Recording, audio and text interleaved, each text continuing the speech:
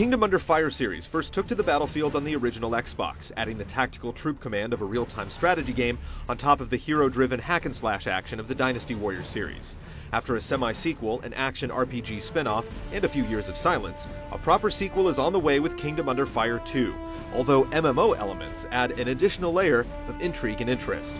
100 years after the events in Kingdom Under Fire: The Crusaders, the land of Berseria went through a massive geographical change due to an unknown power reshaping the entire continent. Many displaced people have migrated to find a new land, while others have sought refuge under existing nations. The end result is a mixture of races such as elves, men, and vampires intermingling and warring. The player begins as a mercenary, choosing a style of combat and working toward fielding their own army. 차원 폭풍? 저는 뭘 하려는 거지? 3 initial classes have been revealed so far. Gunslingers, representing the Human Alliance, use a powerful rifle created through dwarven technology, but are also handy with a sword, wielding the two in tandem. Spell swords of the Dark Legion utilize their fast movement speed to overwhelm the enemies, fighting their way through hordes of foes with a quick-cutting blade and powerful ice magic, and keeping troops in fighting shape with healing spells.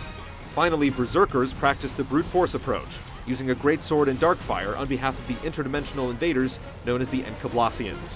When the game starts, the focus will be on action, with the first few hours dedicated to your chosen character taking care of business on a personal scale. But you'll soon find yourself commanding units as you take on missions on a broader scale. When you reach level 10, you'll gain control of a personal guard, and the RTS elements the series is known for will come into play.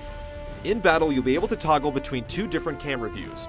In the RTS mode, you can get a top-down view of the battlefield and issue movement or attack orders to your units, and the AI will ensure that your hero does more than just stand around idle.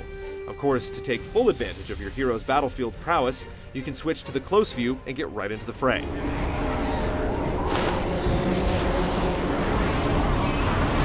Through success in battle, you'll further the main storyline of the game by receiving and completing quests. You'll encounter new characters, new areas, and experience various events as you branch out from various possibilities.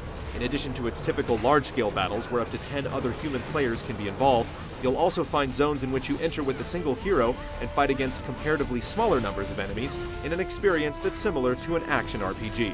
Everything you do will earn you experience, and you can use the points to upgrade your own stats and skills, or focus on developing the various units that support you in battle. Each unit type has its own strengths, weaknesses, and special abilities, which will determine their strategic use on the battlefield. There's a lot of variety within each role. Infantry, for example, encompasses subclasses like knights, spearmen, or blade dancers, while ranged units could be musketeers, artillery units, or ballistas. In addition to these regular units, there are special forces like Black Wyverns and Storm Riders, as well as giant-size units like Bone Dragons and Steam Towers. Variety definitely seems to be a goal for the developers, with more than 300 types of units expected with the initial launch. It's been in development for quite some time, but Kingdom Under Fire 2 will soon be entering open beta testing in Korea, and it seems as if it won't be too long before the rest of the world hears more about this upcoming battle. While the hard facts on the game's release in various regions are still up in the air, the creators of the game hope to see it hitting both PC and consoles sometime in 2012.